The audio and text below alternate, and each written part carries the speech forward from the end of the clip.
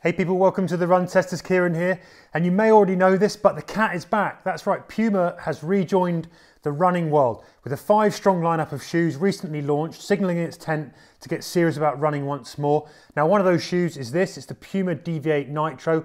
I've taken this for the first few miles, and in this, my first look run review on the Puma Deviate Nitro, we'll find out whether or not Puma has succeeded, including one big reason why I think you might want to sidestep this shoe altogether.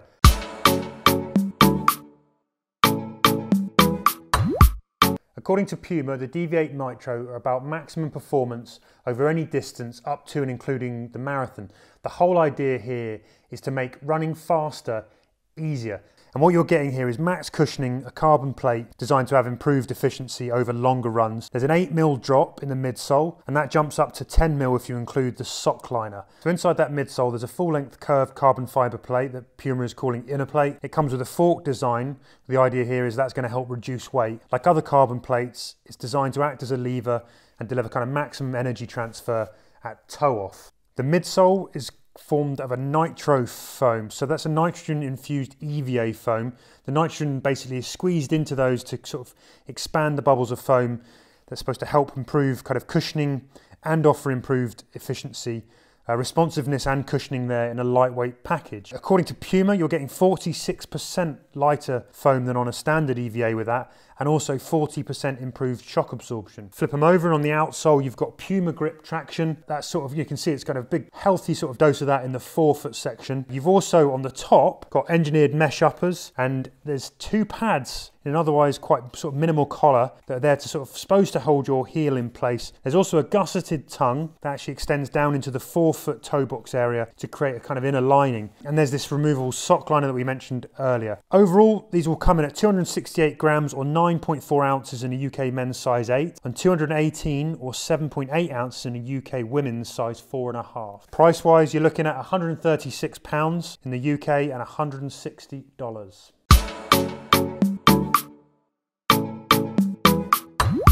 So let's talk about fit then. I had these in a UK 8.5, which is my regular size. Some things to point out. I felt that they hugged very, very snugly across the kind of the midfoot here.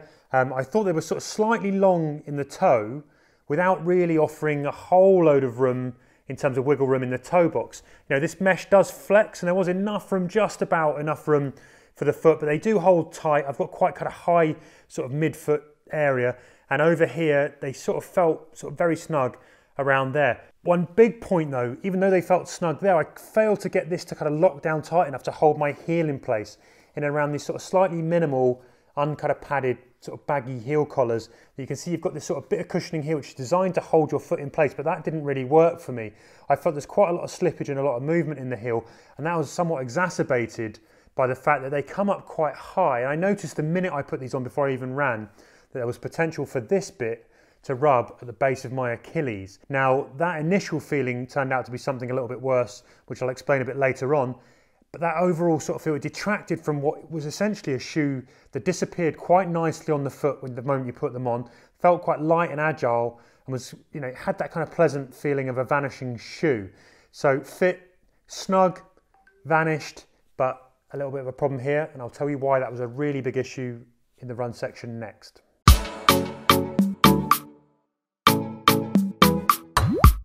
Big caveat here, people. The run for me was cut short. I only managed to do 12 miles in total in these. 2 of those were actually walking home. So, as I mentioned, this heel problem.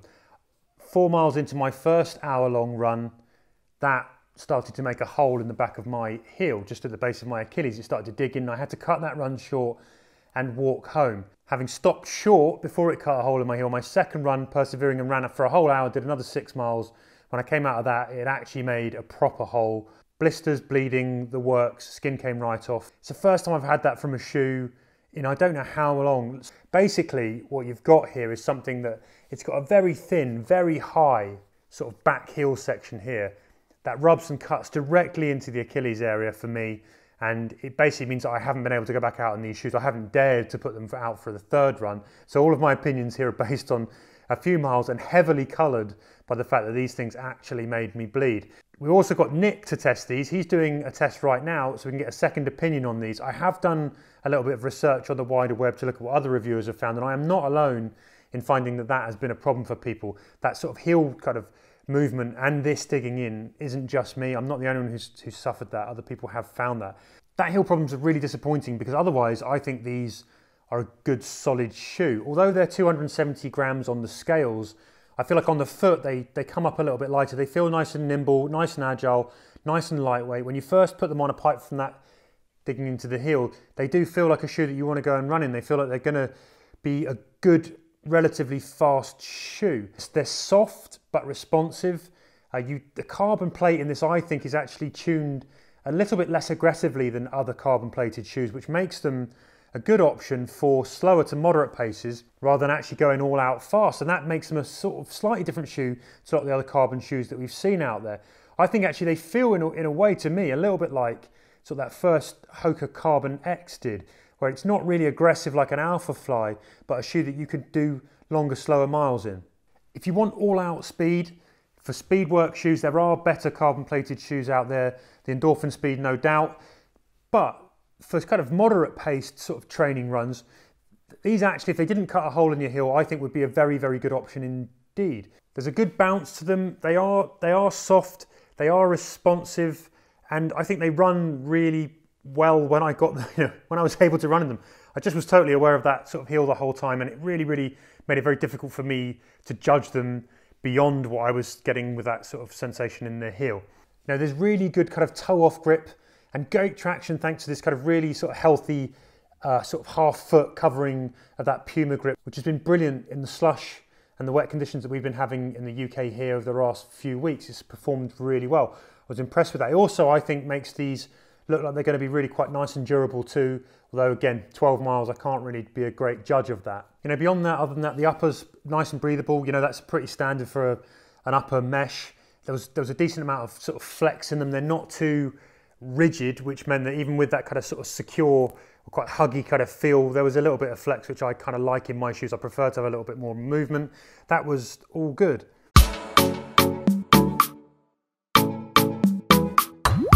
The verdict then, you've probably guessed this already from me, just from a first run point of view, or actually from an any run point of view, for me, it's going to be a hard no. I just can't get beyond the fact that kind of cut a hole in my heel. I tried different socks, thickness, thin, thick. I tried different socks on both the runs. I tried actually putting different socks on and walking around to try and get over that to see if it worked. I put plasters on. I did everything that I should have done in order to kind of alleviate that. But if it cuts a hole in your heel after 2 runs, you're not going to go out and run in them for a third time, really, are you? So my verdict, it's a bit of a disappointment here. Puma have, I think, aside from that, if they could fix that, they've made themselves a really, really decent shoe that people who want a training carbon shoe for slower to moderate paces could really benefit from. There's great uppers. It's got, it's nice and bouncy. There's a decent amount of response without being too aggressive. And it sort of has that nice feeling of disappearing on the foot generally. I think actually fix this and they could have been onto a winner. But so far for me, that's a hard no. I'm going to be really interested to see what Nick finds in his kind of longer run review test that we'll put on the channel soon, and we will find out. But for me, the Puma Deviate Nitro haven't really worked out very well. And for me personally, I'll definitely be reaching for something else. In my mind, things that might be in there with this, you're thinking about like a Saucony Endorphin Speed. I think also potentially the Hoka Carbon X2. And also I really like for this kind of run as well, I'd be more inclined to lace into like a New Balance Fuel Cell Elite RC too. So there's some other options that I think would do better and won't cut my heels.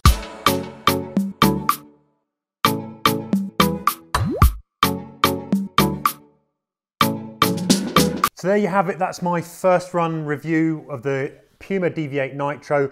Obviously somewhat coloured by the fact that it did make holes in me. That might not be the same for everyone. Would love to hear if you've bought this shoe and you've found the same. Hit us up in the comments and let us know if that's something you've found, or if you haven't and you've been perfectly fine with them. I'd love to hear that as well, because this might be a great shoe for lots of other people, just might be my weird heels and feet. Don't forget to like and subscribe for more running shoe reviews on the channel and watches, everything that's coming up soon. You'll get that if you hit those buttons. But for now, I've been Kieran, thanks for listening, and we will see you again on the Run Testers.